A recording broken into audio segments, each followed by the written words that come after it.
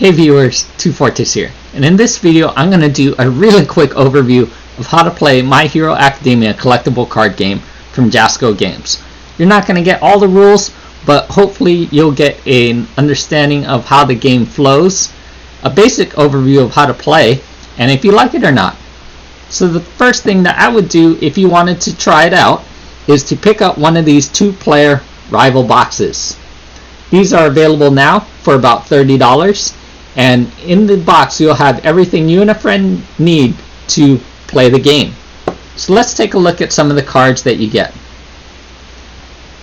So in the box you get 2 character cards along with their 50 card decks. We have Izuku Midoriya and Kasuki Bakugo. We know that they are character cards here with this says character here. Here are some symbols used for deck building. You won't need that. You'll have your deck already pre-built. You're going to have a hand size. This Bakugo's hand size is 6 and a health total 28. There are 2 ways to win the game. One is to reduce your opponent's health down from their starting health down to 0. You knock them out and you win the game. The other way is if your opponent can no longer draw cards. So once your opponent runs out of deck, they will shuffle their discard pile back into their deck, remove the top 10 cards, and if they can still draw, you can continue playing. This will happen again when they run out of deck again, remove top 10 cards, and if they can still draw, then you continue playing. When they can no longer draw at that point in time, then you win the game. So for this game, I'm going to be Izuku Midoriya.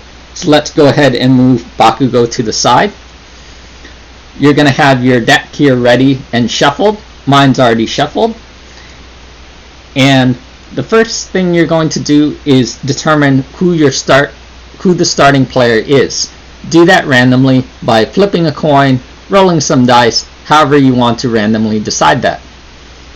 So, once you decide who goes first, the first player is always going to start with their character card committed. So committed means to rotate their character card sideways. So when their character card is committed, they can not use any of the abilities in the card text here, and they cannot commit their character to increase this number here, the control check. So we'll go ahead and talk about that in just a moment.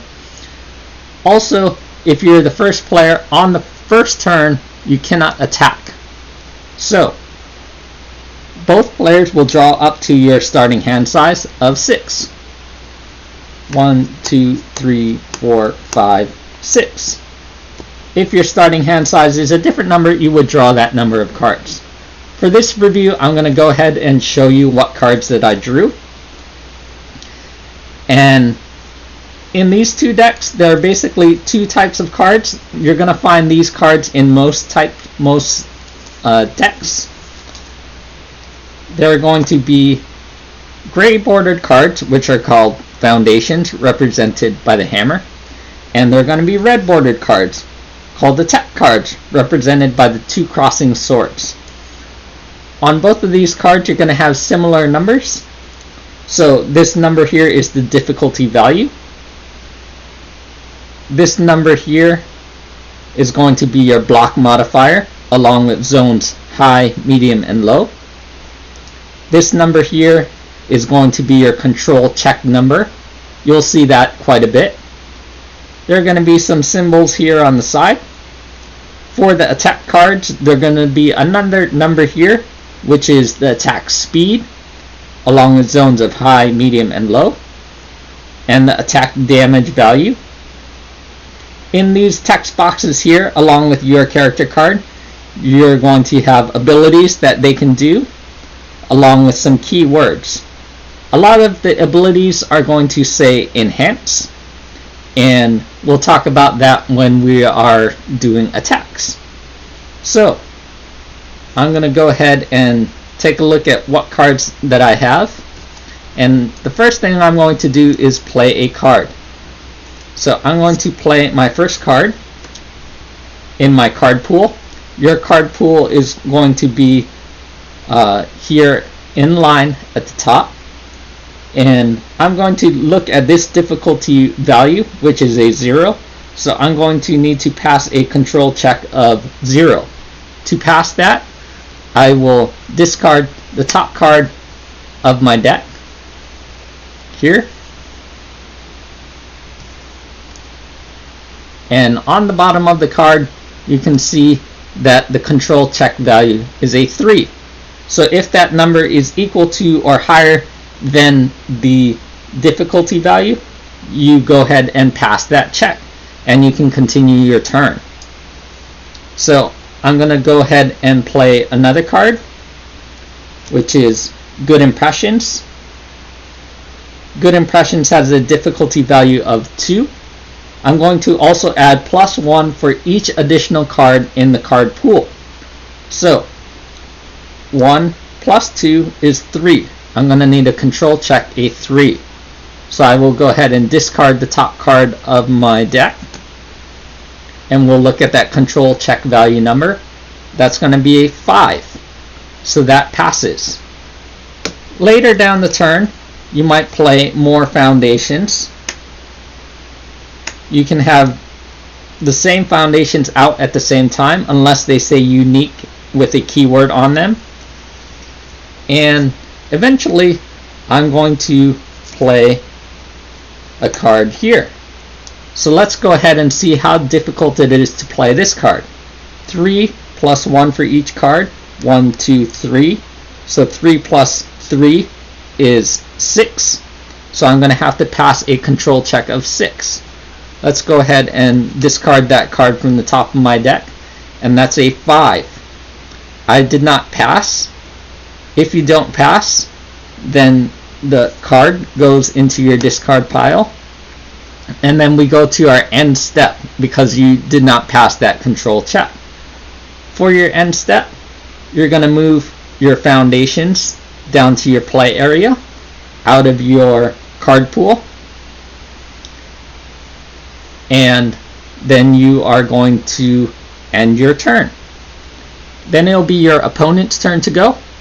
They might play some cards, and then it'll be your turn to go. At the start of your turn, you're going to ready your character, and if any foundations were used, you will ready those as well. Now I have a review step. I can take a look at my cards, and I have the option of reviewing one card, which means to discard that card. I'm going to go ahead and discard this card, and now I will draw up to my hand size, which is 6. So I have one card in my hand, so I'm going to draw 5 cards. 1, 2, 3, 4, 5. Perfect. Now I'm going to go ahead and play an attack card. So we're going to play Aspiring Punch. Aspiring Punch gets played in the card pool, and you can play foundations and attacks, or attacks and foundations, any combination into the card pool. So my control check difficulty is a 5. So let's go ahead and discard that top card, and that is a 5. So that would pass. Let's say, for example, I drew this card here, and if I were to draw that card, my control check would actually be a 3. So 3 does not pass because it is lower than 5. At this point in time, I have the option to commit character cards or foundation cards to add +1 for each card committed to your control check value. So I could commit Midoriya and Good Impressions, and when I commit that will give +2. So 3 + 2 is 5. That would pass. When your character cards are committed, then you cannot play enhanced abilities. So if I wanted to play Midoriya's enhanced ability a little bit later, I would not want to commit his character. I would maybe commit my other foundation card. So I have 2 plus 3 is 5. This passes. So now we're going to go to the enhance step. So during the enhance step, you can play 1 enhance per card, and I will start, because I am the attacker, I will start playing enhances. So Midoriya has an enhance that I can discard my hand and my attack gets plus 10 damage. So I'm going to go ahead and do that. I have my hand here. I'm going to go ahead and discard my hand and give this attack plus 10 damage. Alright, so then I did 1 enhance, so now my opponent can do an enhance. Then I would do an enhance, then my opponent. If we both pass enhances, the enhance step phase ends. Then we go to blocking. So when blocking, we're going to take a look at this. This is a 5 speed mid attack for 5 damage plus my enhance, which is plus 10, so that would be 15 damage. Bakugo probably wants to block that because that's quite a bit of damage. He might play Long Lasting Explosion as a defense. So that we're going to take a look at this top number here. So that's a defensive modifier. 2 plus my speed of 5 is 7. So he would need to control check a 7. If he does, then we will look at the zone. So this zone defense is a mid zone, and this is a mid zone attack. So that zone is equal. So if he control checks this 7, 5 plus 2 is 7, then no damage is dealt. If he were to play Arrogant Disposition, this defensive modifier is also a 2, but is a low zone defense, which is not equal to a mid. You can block attacks that are 1 zone away. So a mid zone is 1 zone away from a low zone. So same thing, he would look at the speed 5 plus the defensive modifier, which is 7, and if he control checks that 7, and while you're control checking on defense, you can also commit he could commit his character card Bakugo or any other foundations that he might want to commit to add to that control check value. And if he does, then because it's not the same zone, it is 1 zone away, he would take half damage. So half damage rounded up would be 5 plus that 15 because I enhance 5 plus 10, I'm sorry, so that would be 15 damage. So half damage is 7.5 rounded up, so Bakugo would take 8 damage, much better than 15.